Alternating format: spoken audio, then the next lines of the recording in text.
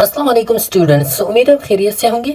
आज हम शुरू करते हैं कॉग्निटिव बिहेवियरल थेरेपी और सीबीटी का पार्ट 3। ओके, जैसे कि आपको मालूम है कि इससे पहले वाले पार्ट्स में आपने सीबीटी के बारे में डिटेल डिस्कशन करवाया था, सीबीटी की टाइप्स पढ़ी थी, सीबीटी की इंट्रोडक्शन पढ़ा था, सीबीटी के लिए जो एलिमेंट्स ऑफ द सीबीटी थी वो हमने पढ़ी थी, जो टाइप्स और जो एजम्पशंस अबाउट द सीबीटी थी तो वो सब कुछ हमने डिटेल से पढ़ा था। आज इस लेक्चर के बारे में हम सिंपली और शार्टली जो है ना बताएंगे कि कौन कौन सी टेक्निक्स यूज होते हैं सीबीटी में। ओके, तो सबसे पहले techniques use in the CBT. The cognitive behavioural therapy techniques are an interesting set of exercise that help modify a person behavioural pattern.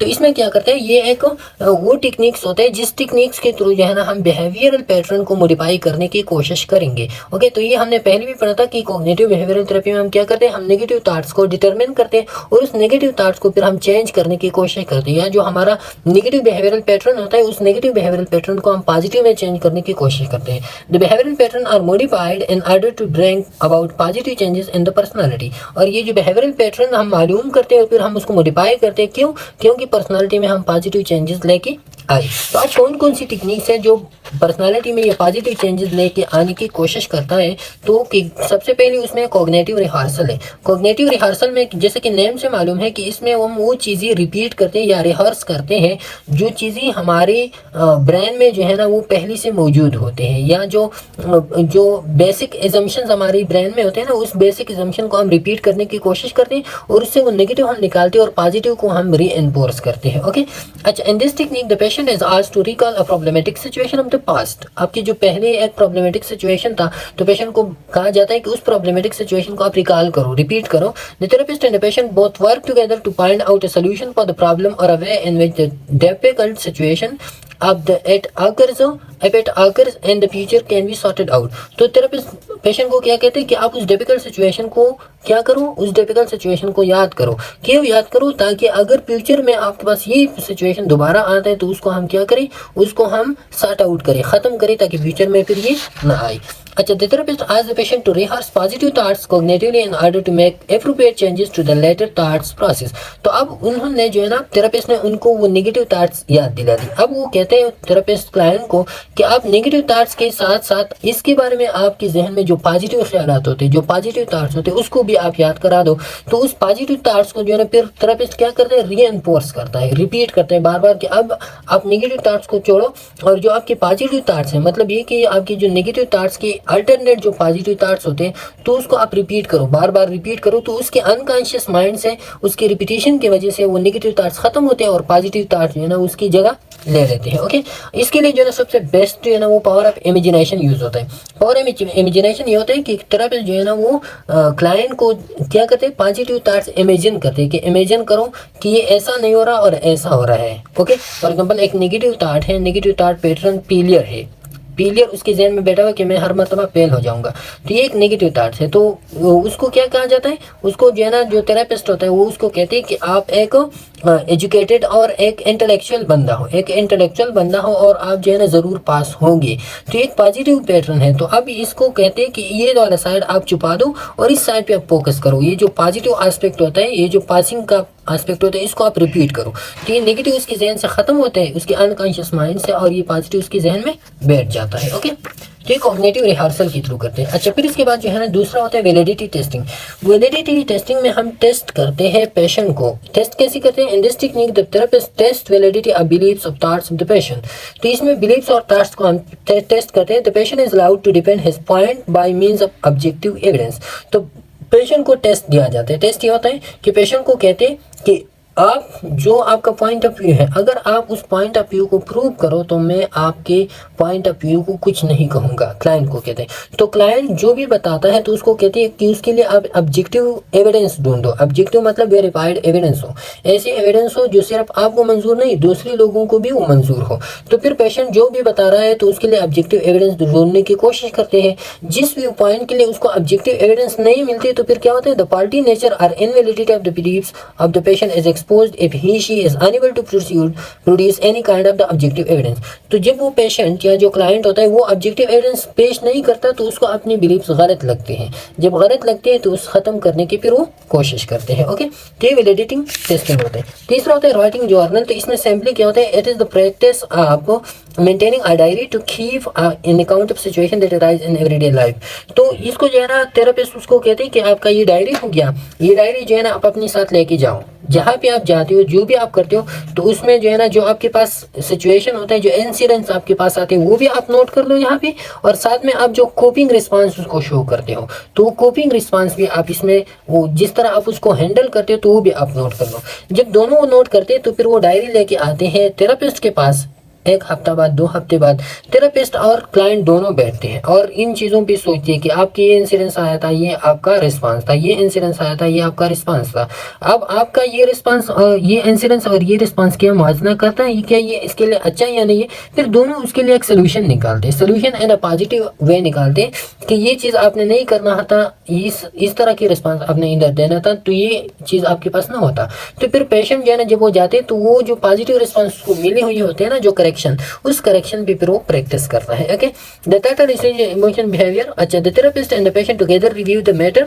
तो दोनों रिव्यू करते हैं। The decision that take place between them proves to be useful finding different way in which behaviour of the patient gets affected. तो फिर ये दोनों क्या करते हैं, उसके लिए एक पॉजिटिव वे निकालते हैं। वो पॉजिटिव वे क्या होता है कि आपका ये जो बिहेवियर था इसके लिए ऐसा नहीं होना चाहिए था, इस तरह के इसके लिए अब अगर ऐसे इस तरह आप रिएक्ट करते तो हो सकता था कि आपको ये प्रॉब्लम आगे नहीं बढ़ता। तो फिर वो क्लाइंट क्या करता है, उस पॉजिटिव वे को अपनाने की कोशिश करता है। ओके, फिर इसके बाद होता है गाइडेड डिस्कवरी। जैसे कि नेम से जाहिर है कि इसमें जो है थेरेपिस्ट गाइड करता है क्लाइंट को कि वो अपने आप को डिस्कवर करे। डिस्कवर कैसे करें, डिस्कवर का मतलब ये कि वो अपने नेगेटिव थॉट्स को आइडेंटिफाई करे। नेगेटिव थॉट्स को आइडेंटिफाई कैसे करेंगे कि थेरेपिस्ट को बता दें कि आप ये करो और उसके नेगेटिव थॉट्स को निकालने की कोशिश करते हैं। फिर उसको चैलेंज करते हैं कि आपके ये नेगेटिव थॉट्स है, इसको आप पॉजिटिव में चेंज करो। द ऑब्जेक्टिव और purpose of behind using the technique is that the helping patient to enable them to understand their cognitive distortions.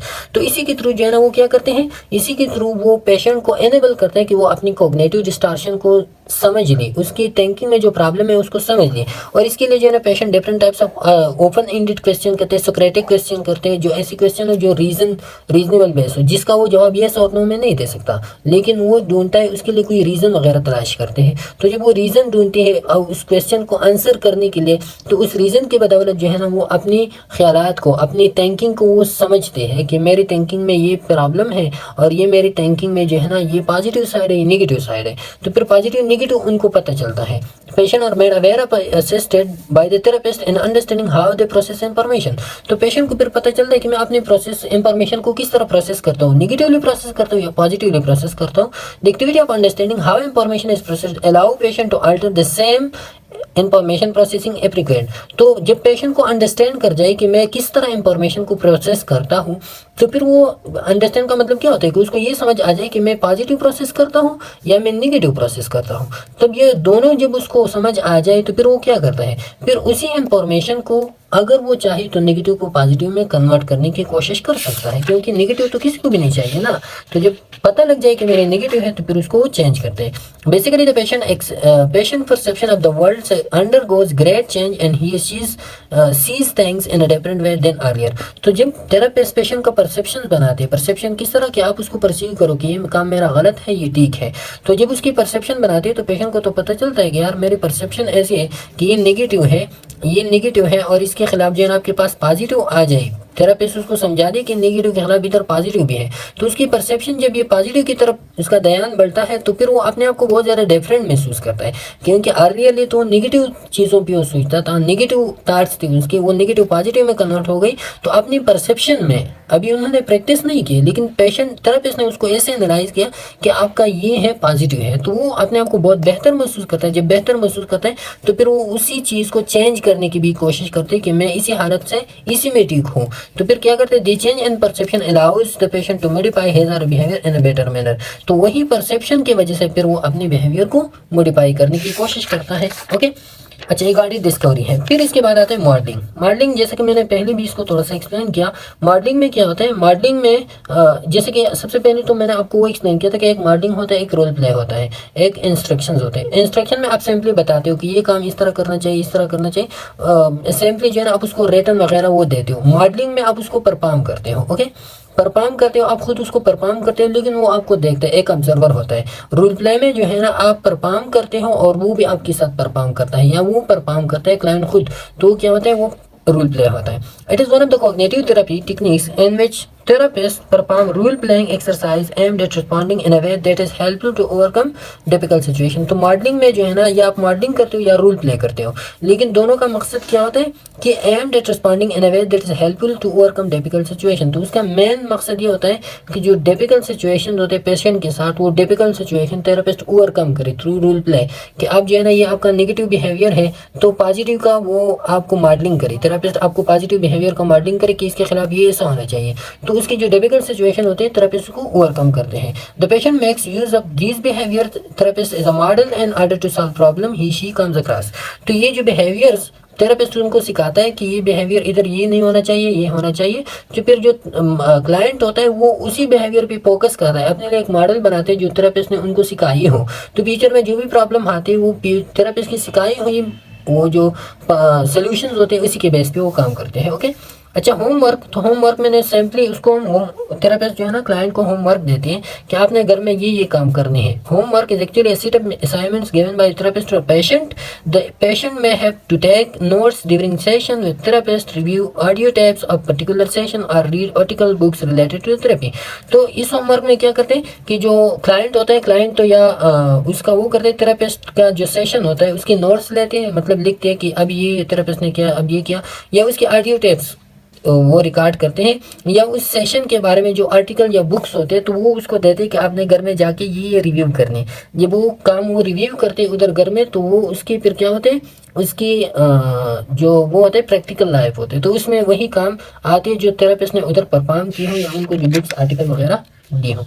अच्छा, इसके बाद जो है ना फिर होता है एवर्सिव कंडीशनिंग। एवर्सिव कंडीशनिंग में क्या होता है, एवर्सिव कंडीशनिंग का मतलब क्या होता है कि इसमें हम चीज़ों को उल्टा करते हैं। उसके लिए मतलब ये है कि एक बिहेवियर जो है ना, वो क्लाइंट को एक बिहेवियर अच्छा लगता है तो हम उसके लिए अनप्लीजेंट वो बिहेवियर बनाते हैं। प्लीजेंट उसको लगते हैं, हम उसके लिए अनप्लीजेंट बनाते हैं। अनप्लीजेंट किस तरह बनाते हैं, अभी इधर देखिए। Among the different CBT techniques used by therapist, aversive condition techniques makes use of disillusion so as to lessen the appeal of mall adaptive behaviour.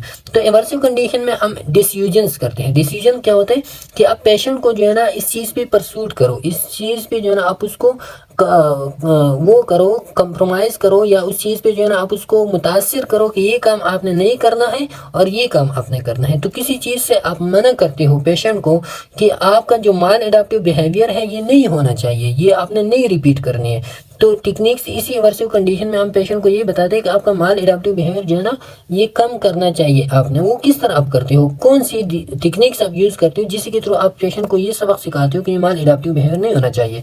तो आप क्या करते हो, the patient while being engage in a particular behaviour or thought for which he has to be treated as exposed to an unpleasant stimulus। तो इसमें हम क्या करते हैं, इसमें जो पेशेंट होना है जो अनप्लीजेंट स्टिमुलस जो स्टिमुलस को वो एक्सपोज होता है, तो वो स्टिमुलस उसको अच्छा लगता है, इसी वजह से वो उसके एक्सपोज होता है। तो हम क्या करते हैं, हम उसके जो स्टिमुलस होता है वो उस पेशेंट के लिए, जो क्लाइंट होता है उसके लिए हम अनप्लीजेंट बनाते हैं। अब जब अनप्लीजेंट वो स्टिमुलस उसके लिए बनता है, तो जब भी वो उस स्टिमुलस को एक्सपोज होते हैं तो वो स्टिमुलस उसको अनप्लीजेंट लगता है, तो वो उससे अवॉइड होने की कोशिश करता है ऑलरेडी। तो फिर वो स्टिमुलस जो नेगेटिव स्टिमुलस होता है उसके पास जाता ही नहीं, तो ऑलरेडी वो खत्म होता है। Thus the unpleasant stimulus get associated with these thoughts behavior। तो जो अनप्लीजेंट स्टिमुलस होता है तो वो उसके जो थॉट्स और बिहेवियर होते हैं उसके साथ स्टिमुलेट होता है, एसोसिएट होता है कि ये मेरा थॉट्स है, इसके साथ जो है मैंने अनप्लीजेंट स्टिमुलस को वो किया। तो अनप्लीजेंट स्टिमुलस की वजह से जब भी वो उस चीज़ के बारे में सोचे तो नहीं यार ये काम तो नहीं करना चाहिए, ये तो अनप्लीजेंट है मेरे लिए, ये तो ये खराबी पैदा कर रहा है, तो वो उसको स्किप करने की कोशिश करते हैं फिर वो पेशेंट। ओके, तो ये होता है then the patient exhibit in aversive behaviour toward them, और पेशेंट उसको एवर्सिव बिहेवियर शो करता है और इसी की वजह से जो है ना फिर वो उस चीज़ को रिपीट करने की कोशिश नहीं करता है। फॉर एग्जाम्पल एक बिहेवियर है आपका और उस बिहेवियर को हमने एसोसिएट किया विद पेन के साथ, ओके, फॉर एग्जाम्पल आपने जो है ना आप कोई ऐसा चीज़ है जो आप खा रहे हो और वो खाना आपके लिए अच्छा नहीं है। फॉर एग्जाम्पल बहुत से लोग जो है ना मिट्टी खाते हैं, जो छोटे होते हैं ना मिट्टी खाते हैं, तो एवर्सिव कंडीशन में आप क्या करते हो, उस मिट्टी के साथ आप कुछ मिलाते हो उसको, मतलब ऐसी चीज़ मिलाते हो कि वो एक मरतबा उसको खा लेना तो हमेशा के लिए वो इस चीज़ से वो उसका जो अनप्लीजेंट वो होता है ना टेस्ट होता है, तो उसको जब भी वो मिट्टी को देखता है तो वो अनप्लीजेंट टेस्ट उसको जो है ना याद आता है, तो फिर वो मिट्टी को नहीं खाता, तो ये एवर्सिव कंडीशनिंग हो गया। ओके, अच्छा फिर सिस्टमिक पॉजिटिव रीइंफोर्समेंट, इसमें क्या होता है कि the systemic positive reinforcement is one of the techniques of CBT therapy in which certain positive behavior of a person are reviewed with positive reinforcement। तो इसमें क्या होता है सिस्टमिक पॉजिटिव reinforcement में कि CBT की ये ऐसा टेक्निक है जिसमें हम पेशेंट के कुछ पॉजिटिव बिहेवियर को हम री एनफोर्स करते हैं, रिवार्ड करते हैं उसको। ओके, इसमें क्या होता है, इसमें हम पॉजिटिव, जैसे कि नेम से जाहिर है कि सिस्टमिक पॉजिटिव री एनफोर्समेंट, इसमें जो है ना ऑर्डर वाइज हम पॉजिटिव चीज़ों को री एनफोर्स करते हैं ताकि पेशेंट उसको जो है ना दोबारा दोबारा रिपीट करे। री enforcement system is establish for the certain behaviours. अब ये जो री एनफोर्समेंट वो होता है ना, री एनफोर्समेंट सिस्टम या री एनफोर्समेंट सिस्टम में एस्टेब्लिश फॉर द अब सर्टेन पॉजिटिव बिहेवियर, तो ये चंद पॉजिटिव बिहेवियर जो पेशेंट में होते हैं, लेकिन वो पॉजिटिव बिहेवियर उसमें जो है ना लेजर अमाउंट में होते हैं, मतलब कम होते हैं उसमें, तो उसको हम री एनफोर्स करते हैं और उसको हम उजागर करते हैं, एलिसिट करते हैं उसके पॉजिटिव बिहेवियर। तो इसी एलिसिट की वजह से उसका नेगेटिव बिहेवियर फिर वो डॉर्मेंट चल जाते हैं, फिर जो है ना वो खत्म हो जाती है, डिप्रेस हो जाते हैं। Just like positive reinforcement proves to be helpful in encouraging a particular behaviour. मतलब ये सिंपली कि जब आप छोटे बच्चे होते हैं ना, छोटे बच्चे, तो वो क्लास में ऐसे बच्चे होते हैं जो बहुत ज़्यादा इंटेलेक्चुअल होते हैं, लेकिन वो किसी ने जो है ना उनको ये नहीं बताया होता कि आप इतनी ज़हीन हो या आप ये क्वेश्चन ये चीज़ें आप सॉल्व कर सकते हो। तो आप जब उसमें ये पॉजिटिव बिहेवियर उसमें है इंटेलेक्चुअलिटी, लेकिन वो इसमें एक्सपोज नहीं, एलिसिटेड नहीं है, अपने आप को वो प्राउडफुल या अपने आप को जो है ना वो समझता नहीं कि मुझ में ये बिहेवियर है, तो आप क्या करो, आप उसको पॉजिटिव रिवार्ड्स दो, आप जो है ना एक मरतबा उसको शाबाश दो, दूसरे मरतबा दो, तो वो अपने आप को फिर वो फील कर रहा होगा कि मेरी में जो है ना इंटेलेक्चुअलिटी है, तो वो इंटेलेक्चुअलिटी आपने उजागर किया उसमें पॉजिटिव, तो उसमें जो नेगेटिव थॉट्स थे, फेलियर्स के थॉट्स थे, वो फेलियर के थॉट्स उससे खत्म हो जाते हैं। Okay, just like the positive reinforcement proves to be helpful in encouraging a particular behaviour withholding, तो जैसा कि रीइंफोर्समेंट से पॉजिटिव बिहेवियर आपके बढ़ जाते हैं, तो इसी तरह जब आप रीइंफोर्समेंट को विद होल्ड करो, आप विदहोल्ड करो deliberately also instrumental in eradicating maladaptive behaviour. तो इसी तरह जब रीइंफोर्समेंट को आप विदहोल्ड करो, फॉर एग्जांपल आपकी सोसाइटी में जो नेगेटिव जो वो होते हैं ना जवान लोग होते हैं और वो की नेगेटिव सिगरेट वगैरह करते हैं, तो ऐसी सोसाइटी होती है जहाँ पे सिगरेट को जो है ना वो प्रमोट किया जाता है, लेकिन उस सिगरेट को प्रमोटिंग आप बंद करो, उसकी रीइंफोर्समेंट आप बंद करो, तो वो सिगरेट का जो मालएडेप्टिव बिहेवियर है वो ख़त्म हो सकता है। तो इसकी आप प्रमोशन से भी चीज़ को आगे बढ़ता है, और जब प्रमोशन आप बंद करो तो तब भी माल एडाप्टिव बिहेवियर जो है वो खत्म हो सकते हैं। अच्छा, इसके बाद फिर है self instrumental methods. Self instrumental method में आप पेशेंट को सिखाते हो कि आप ये चीज़ आपने किस तरह कम करना है। ओके आप उस पेशेंट को कोपिंग मैकेनिज्म सिखाते हो। सेल्फ इंस्ट्रूमेंटल मेथड ये काम करते हैं किस पे, अपेरेंट कंडीशनिंग भी। अपेरेंट कंडीशनिंग क्या बताते हैं कि आप एक चीज़ को जो है ना बार बार रिपीट करने की कोशिश करो, तो रिपीटेशन से जो है ना वो चीज़ क्या होता है, वो चीज़ आप में मुस्तकिल हो जाता है। जब आप उस चीज़ को जो है ना इग्नोर करने की कोशिश करते हो तो वो चीज़ ख़त्म हो जाता है। तो सेल्फ इंस्ट्रूमेंटल मेथड में हम कोपिंग मेथड जो है ना वो सिखाते हैं पेशेंट को या क्लाइंट को। The therapist attempts not completely change the way you think but rather teaches the method that equip you to handle harmful thought processes. तो इसमें थेरेपिस्ट ये करता है आपको वो तरीके, तो इतना तो आपको नहीं बता सकता कि आपकी वो जो नेगेटिव थॉट है वो मुकम्मल ख़त्म हो जाए, लेकिन आपको कुछ ऐसी टेक्निक या ऐसी थेरेपी या ऐसी कोपिंग स्किल्स आपको बताते हैं जिसकी वजह से जब वो हार्मफुल थॉट्स आपके जहन में आते हैं तो आप उसको हैंडल कर सकते हो। फॉर एग्जाम्पल इसका एक एग्जाम्पल है स्ट्रेस इनोकुलेशन ट्रेनिंग, जो हमने पहली टाइप्स ऑफ सीबीटी में भी पढ़ा था। स्ट्रेस इनोकुलेशन में आप क्या करते हो, स्ट्रेस इनोकुलेशन मीन इम्यूनाइजिंग, कि आप स्ट्रेस के खिलाफ बंदा को इम्यूनाइज करो। इम्यूनाइज किस तरह कि आगे जो है ना आपको ये स्ट्रेस जब आता है तो आपके साथ वो इम्यूनाइजेशन होता है, उसका जो रिएक्शन होता है ना उसी तरह आप फिर रिएक्ट नहीं करते, आप पॉजिटिव वे में आप स्ट्रेस को रिएक्ट करते हो, तो उसको हम कहते हैं स्ट्रेस इनोकुलेशन ट्रेनिंग। तो स्ट्रेस इनोकुलेशन ट्रेनिंग ये एक कोपिंग स्किल है जो आपने पेशेंट को सिखा दिया। ओके, अब इसी के थ्रू क्या करते हैं, this therapy which help the patient to deal with stressful events. तो इसी थेरेपी के थ्रू जो है ना पेशेंट क्या करते हैं, वो स्ट्रेसफुल इवेंट को पेश करने की कोशिश करता है। ओके, पेश करने की सलाहियत उसमें आता है through stress inoculation training. Aims to prevent negative reaction to stress inducing factor by teaching the patient to break down these situation into short term and long term goal। तो इसमें consequences इसका क्या होते हैं स्ट्रेस इनोकुलेशन ट्रेनिंग की। Aftermath इसका क्या होता है कि इसमें जो है ना जब बंदे को वही स्ट्रेस आते हैं तो उस स्ट्रेस को जो है ना वो क्या करते हैं, उस स्ट्रेस को जो है ना वो short term long term coping skills उसको अप्लाई करते हैं। जब वो कोपिंग स्किल उस स्ट्रेस को अप्लाई करते हैं तो उसी के थ्रू जो है ना वो क्या करते हैं, उसी को रिड्यूस करने की वो कोशिश करते हैं उस स्ट्रेस को। मतलब ये कि एक अल्टरनेटिव वे आप उसको बताते हो स्ट्रेस के लिए, और जब उसके सामने या उसकी ज़िंदगी में फिर वो स्ट्रेस आता है तो वो अल्टरनेटिव है, वो कोपिंग स्किल जो है ना वो अप्लाई करते हैं उधर, और स्ट्रेस को जो है ना उसी तरह रिएक्ट नहीं करता जिस तरह जो है ना नेगेटिव वे में लोग फिर करते हैं। ओके, अच्छा फिर इसके बाद होता है 10 number problem solving method. Problem solving method में आप क्या करते हो, cognitive behavioural therapy which sees irrational thought process is resolvable. तो इसमें क्या होता है प्रॉब्लम सॉल्विंग में जो आपकी कॉग्निटिव डिस्टॉर्शन होते हैं या जो इरेशनल थॉट्स होते हैं, तो प्रॉब्लम सॉल्विंग में आप उसको जो है ना क्या करते हो कि ये चीज़ें ये इरेशनल थॉट जो है ना ख़त्म हो सकता है। इस तरह आप देखते हो इनकॉर्पोरेट प्रॉब्लम सॉल्विंग मेथड। तो इरेशनल थॉट्स के लिए फिर आप क्या करते हो, प्रॉब्लम सॉल्विंग मेथड अब यूज़ करते हो। After illogical thought pattern are found, the patient must suggest several alternative solution। जब आपको जो है ना वो फाउंड हो जाए क्या कहते हैं after illogical thought pattern are found, आपको जो है ना कोई इलॉजिकल थॉट पैटर्न जब आपको फाउंड हो जाए, जब आप आइडेंटिफाई करो इलॉजिकल थॉट पैटर्न को, तो उसको जो है ना फिर अल्टरनेटिव सॉल्यूशन बताए जाते हैं। कौन से अल्टरनेटिव सॉल्यूशन, इसमें एक सॉल्यूशन है decision making process. Alternative solution जब आपको इलॉजिकल थॉट्स फाइंड हो जाए तो फिर उसके लिए एक सॉल्यूशन है डिसीजन मेकिंग प्रोसेस। तो negative solutions are weeded out until an acceptable positive approach is discovered. तो इसमें क्या होता है, इसमें जो नेगेटिव सॉल्यूशंस होते हैं डिसीजन मेकिंग प्रोसेस में, तो वो नेगेटिव सॉल्यूशंस आप ख़त्म करते हो और उसको आप रिप्लेस करते हो एक्सेप्टेबल पॉजिटिव अप्रोच पे, आप उसको क्या करते हो, रिप्लेस करते हो। Okay, this type of therapy sometimes is used in child psychotherapy when dealing with oppositional defiant disorder. बच्चों में ज़्यादातर ये यूज़ होता है जब जो बच्चे जो है ना वो अपोजिशनल डिफाइंड डिसऑर्डर की शिकार होते हैं ना, तो उसके लिए हम क्या करते हैं, उसके लिए हम प्रॉब्लम सॉल्विंग मेथड यूज़ करते हैं या decision making process. Oppositional defiant disorder क्या होता है कि वो बच्चे जो अनकोऑपरेटिव होते हैं, जो बड़ों को जो है ना आर्ग्यू बड़ों के साथ करते हैं, या बड़ों को जो है ना वो हस्टाइल नज़र से देखते हैं, या जैसा आपने बहुत सारे बच्चों को देखा होगा ना, कोई भी अनजान शख्स आ जाए तो वो एकदम रोना शुरू कर देते हैं। तो ये क्या होता है, उसमें अपोजिशनल डिफाइंड डिसऑर्डर के बच्चे शिकार होते हैं। अब फॉर एग्जाम्पल एक बच्चा है, तो प्रॉब्लम सॉल्विंग मेथड को आप सीखें कि एक बच्चा है वो आर्ग्यू करता है एल्डर को कि ये जो है ना ये एल्डर बंदा है, ये मुझे हर रोज हुक्म देते हैं और ये इस तरह की करते हैं कि मैं इसकी कंट्रोल में आ जाऊँ, अपनी कंट्रोल में मुझे लाना चाहता है।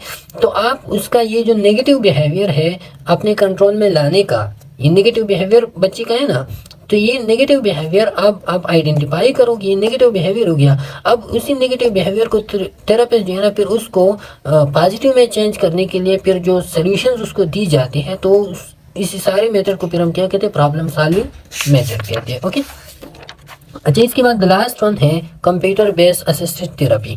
तो कंप्यूटर असिस्टेड थेरेपी क्या होता है कि इसमें आप कुछ खास स्किल्स देते हो पेशेंट को या क्लाइंट को कि कंप्यूटर पे आपने जो है ना, कंप्यूटर पे आपने एक ऑनलाइन वो दी हुई होती है कि ये जो बंदा है तो इसको डिफरेंट स्टेप्स से गुजरना पड़ता है। पहले स्टेप्स है ना आपको क्वेश्चन दी जाती है, आपको डिफरेंट टाइप्स ऑफ सिनेरियोज दी जाती हैं और उस सिनेरियो को जो है ना आप फेल करने की कोशिश करते हो, फिर और सिनेरियो दी जाती है, फिर उसको आप फेल करने, फिर और सिनेरियो। तो जो सिनेरियो पहले फेल करो तो उसी के हिसाब से फिर नेक्स्ट सिनेरियो आपके लिए बनाया जाता है, फिर नेक्स्ट सिनेरियो, फिर नेक्स्ट सिनेरियो, और इस तरह आपको जो है ना लेके जाता है फाइनल सॉल्यूशंस की तरफ। ओके, तो ये कंप्यूटर बेस्ड होता है। बहुत सी आपने देखी भी होगी, बहुत सी ऐसी पजल्स वगैरह आती हैं जो आपको इस तरफ लेके जाते हैं और आपके जहन में जो चीज़ होता है तो उसकी निकालने की वो कंप्यूटर जो है ना वो कोशिश करते हैं, फिर उस सोल्यूशन के लिए जो है ना फिर वो एक दूसरा टेक्निक वो बताते हैं, उससे आपने गुजरना होता है। तो ये क्या होता है कंप्यूटर बेस्ड असिस्टेड थेरेपी। लेकिन ये जो है ना ये अभी भी क्या होता है प्रोग्रेशन में है, मतलब ये कि फाइनल नहीं है, इस पर डिफरेंट टाइप्स ऑफ एप्लीकेशन है, डिफरेंट टाइप्स ऑफ रिसर्च हुई है और अभी भी ये टेस्टिंग फेज में है। ओके, अच्छा तो ये टेक्निक्स थी। अब और कौन कौन सी टेक्निक्स यूज होते हैं, जैसे कि तो ये जितनी पहले भी हमने पढ़ी इसकी थोड़ी सी रिहर्सल है, तो कुछ नई चीज़ें इसमें भी है। लेकिन अदर टेक्निक्स में जो है ना आइडेंटिफाइंग नेगेटिव थॉट जो है ना, इसमें आप नेगेटिव थॉट्स को आइडेंटिफाई करते हो, इसको हम सेल्फ डिस्कवरी कहते हैं। नेगेटिव थॉट जो है थ्रू सेल्फ डिस्कवरी आप उसको आइडेंटिफाई करते हो, फिर उसको आप चेंज करने की कोशिश करते हो। जर्नलिंग जैसे कि हमने पहले पढ़ा कि इसमें जो है ना पेशेंट का एक डायरी देते हो और उस डायरी के बेस पे जो है ना वो जाके जितने इवेंट्स उसके साथ आकर होते हैं और उसको जो रिस्पांस देते हैं वो नोट करते हैं, वापस ही पे आके जो है ना वो थेरेपिस्ट के साथ डिस्कस करते हैं और डिस्कशन से जो है ना फिर वो ये नतीजा निकालते हैं कि ये चीज़ आपके लिए बेस्ट है या बेड है। गोल सीटिंग में क्या होता है, गोल सीटिंग में आप अपने लिए जो है ना गोल सेट्स करते हो। थेरेपिस्ट में आज the patient to set short term and long term SMART goals. अपने लिए आप गोल सेट करो, वो गोल्स की होगी वो स्मार्ट होगी। स्मार्ट का मतलब है एस मीन स्पेसिफिक होगी, एम मीन मेजरेबल होगी, ए मीन अचीवेबल होगी और आर मीन रियलिस्टिक होगी और टी मीन टाइम बेस्ड होगी। Focus on the end outcome, जो इन आउटकम पे वो फोकस कर रहा है, टाइम बेस्ड होगी। तो ये ऐसी तरह गोल जो है ना थेरेपिस्ट को कहते हैं कि आप अपने लिए ये गोल सेट करो और इसी के हिसाब से अपने काम को आप परफॉर्म करने की कोशिश करो। अच्छा, इसके बाद जो है ना फिर सेल्फ टॉकिंग है। सेल्फ टॉकिंग में क्या होता है कि पेशेंट जो है ना या थेरेपिस्ट उसको सिखाता है कि आप अपने साथ जो है ना आप बातें करो, और वो जो नेगेटिव सेल्फ टॉकिंग उसके होते हैं या क्रिटिकल सेल्फ टॉकिंग होते हैं तो थेरेपिस्ट जो है ना उसको निकालने की कोशिश करते हैं। तो डिफरेंट टाइप्स ऑफ टेक्निक जैसे कि ये जो जितने भी टेक्निक्स हमने पढ़ी ना इसमें ज़्यादातर यूज़ होता है ड्रीम एनालिसिस यूज़ होता है या इंटरप्रिटेशन यूज़ होते हैं, इंटरप्रेट करते हैं या ड्रीम एनालिसिस करते हैं और भी टेक्निक्स। तो इसी के थ्रू जो है ना फिर इसको आप क्या करते हो, ये डिफरेंट टाइप्स ऑफ प्रोसीजर होते हैं। तो इसी के थ्रू जो है ना आप उसके माइंड में चले जाते हो और वहाँ पे उसको अनकॉन्शियस माइंड में उसको चेंज करते हो। तो वो जो नेगेटिव टॉक सेल्फ टॉक होते हैं वो कंस्ट्रक्टिव या पॉजिटिव सेल्फ टॉक में चेंज करते हैं। प्रॉब्लम सॉल्विंग, प्रॉब्लम सॉल्विंग भी हमने पढ़ा कि ये एक स्पेसिफिक प्रॉब्लम पे आप फोकस करते हो, पेशेंट के एक खास पॉइंट ऑफ व्यू पे एक खास नेगेटिव थॉट्स पे जो है आप फोकस करते हो, उसको आप चेंज करने की कोशिश करते हो। ओके, पॉजिटिव एक्टिविटीज़ आप उसके बढ़ाते हो, जो उसकी पॉजिटिव एक्टिविटी होता है तो थ्रू रिवार्डिंग या थ्रू रीइंफोर्सिंग आप उसके पॉजिटिव, तो शेड्यूलिंग और rewarding activity which day each day can help increase the patient overall positive and improve the mood. तो आप उसके लिए जो है ना रिवार्ड एक्टिविटी रिवार्ड करते हो या उसके लिए जो है ना शेड्यूल करते हो एक्टिविटीज़ को, रिवार्ड देते हो फिर उस एक्टिविटीज़ की, तो पेशेंट को जो है ना पॉजिटिविटी की तरफ लेके जाता है। सिस्टमिक डिसेंसिटाइजेशन हमने जो पहला हमारा लेक्चर था साइकोथेरेपी में उसमें हमने डिटेल से डिस्कस करवाया था कि इसमें जो है ना आप पेशेंट को जो पीयर रिस्पॉन्स उसका होता है, जिस चीज़ से उसको पीयर फील होता है, तो उसको आप आहिस्ता आहिस्ता जो है उसको एक्सपोज करते हो और इस एक्सपोजर की वजह से उसका जो पीयर होता है वो ख़त्म होता है। सोल्यूशन एक्सपोजर और सिचुएशन एक्सपोजर और रूल प्ले, तो इसमें आप क्या करेंगे, इसमें जो है ना this involve slowly exposing the patient to situation or thing that causes distress until lead to fewer negative feelings. तो इसमें क्या होता है कि इसमें जो है ना systemic desensitisation, situation exposure already जो है ना ये सेम थिंग राउंड अबाउट होते हैं कि इसमें जो है ना इसमें पेशेंट सबसे पहले रिलैक्सेशन टेक्निक्स के थ्रू जो है ना फिर वो कोपिंग स्किल्स अटेंड करते हैं और डिफिकल्ट सिचुएशन को ओवरकम करने की कोशिश करते हैं।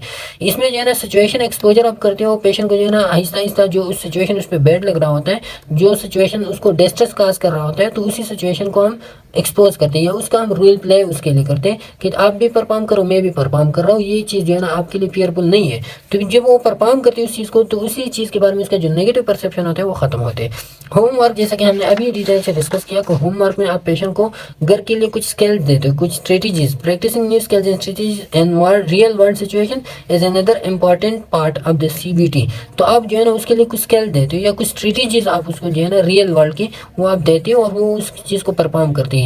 Assignments might involve the patient practicing new developing skills to deal with social situation and that could potentially trigger a relapse। तो असाइनमेंट्स क्या होते हैं, असाइनमेंट एक ऐसा वो है प्रैक्टिस है जिसके थ्रू जो है ना पेशेंट में स्किल्स डेवलप होते हैं और वो जो सोशल सिचुएशंस उसको होते हैं ना, तो उस सोशल सिचुएशन को फिर बेटर तरीके से मैनेज करने की कोशिश करते हैं। ओके, तो ये सेल्फ होमवर्किंग का सेल्फ वो था, सिंपली एक एक्सप्लेनेशन था। ये था आज का हमारा लेक्चर, उम्मीद है आपको समझ आ गया होगा। इंशाल्लाह फिर नेक्स्ट लेक्चर पे मुलाकात होगी, तब तक के लिए इजाज़त दीजिए, अल्लाह हाफिज़।